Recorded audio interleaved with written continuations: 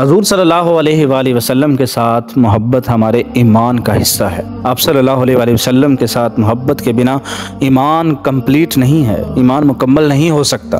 اور حضور صلی اللہ علیہ وآلہ وسلم کے حسن و جمال کی اگر بات کی جائے تو آپ کے بچپن کا جو واقعہ ہے کہ حضرت حلیمہ سعدیہ قربان جاؤں ان کی عظمت پر، جن کو یہ شرف ملا کہ پیارے آقا صلی اللہ علیہ وآلہ وسلم کی رضائیت کا ذمہ ان کو ملا۔ حضرت حلیمہ سعدیہ بیان کرتی ہیں کہ جب میں مکہ معظمہ میں پہنچی اور حضور صلی اللہ علیہ وآلہ وسلم کے گھر آئی تو میں نے دیکھا کہ جس کمرہ میں آپ صلی اللہ علیہ وآلہ وسلم تشریف فرما تھے وہ کمرہ سارا چمک رہا تھا۔ میں نے حضرت آمنہ رضی اللہ تعالیٰ عنہا سے پوچھا کیا آپ نے اس کمرے میں بہت سے چراغ جلا رکھے ہیں؟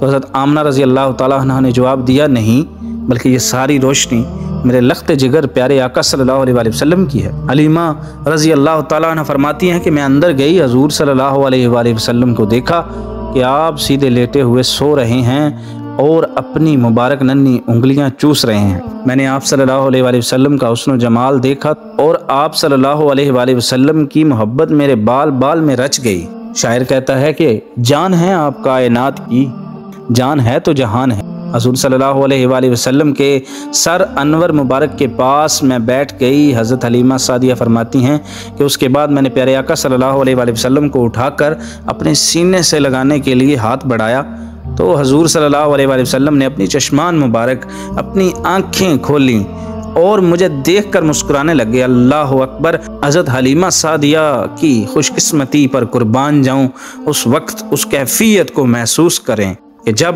پیارے آقا صلی اللہ علیہ وآلہ وسلم نے ان کو دیکھ کر مسکرایا ہوگا، وہ ایک کیسا سما ہوگا، وہ کیسی گھڑی ہوگی۔ تو حضرت حلیمہ سعدیہ رضی اللہ تعالیٰ عنہ فرماتی ہیں کہ میں نے دیکھا کہ اس نور بھرے منہ سے ایک ایسا نور نکلا جو آسمان تک پہنچ گیا۔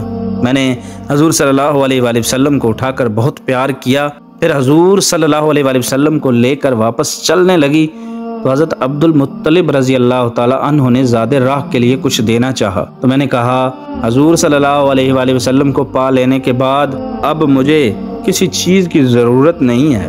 حضرت حلیمہ سعدیہ رضی اللہ تعالیٰ عنہ فرماتی ہیں کہ جب میں اس نعمت عظمیٰ کو گود میں لے کر باہر نکلی تو مجھے ہر چیز سے مبارکباد کی آوازیں آنے لگیں کہ اے حلیمہ رضی اللہ تعالیٰ عنہ، آپ کو حضور صلی اللہ علیہ وآلہ وسلم کی رضائیت کی مبارکباد ہو، آپ بہت خوش قسمت ہیں۔ جب میں اپنی سواری پر بیٹھی تو میری کمزور سواری میں بجلی جیسی طاقت پیدا ہو گئی۔ حضرت حلیمہ سعدیہ فرماتی ہیں کہ میری سواری بڑی ڈھیلی ڈھالی تھی، بڑی کمزور تھی، لیکن جب میں دوبارہ آپ صلی اللہ علیہ وآلہ وسلم کو لے کر اس سواری پر سوار ہوئی تو وہ اتنی توانا ہو گئی، اس نے بڑی بڑی توانا اونٹنیوں کو پیچھے چھوڑ دیا اور سب حیران رہ گئے۔ اور حلیمہ کی سواری میں یکدم یہ کیسے طاقت آ گئی، اس بات کو لے کر بہت حیرانگی پیدا ہو گئی۔